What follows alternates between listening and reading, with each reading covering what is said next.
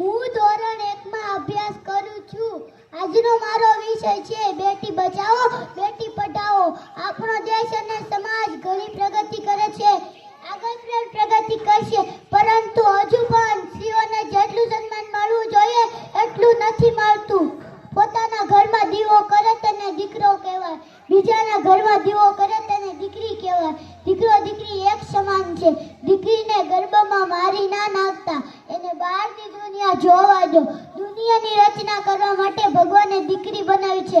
દીકરી સાપનો વારો નહીં પણ તુલસીનો ક્યારો છે. દીકરીને પોતાના હક માટે લડવા દો.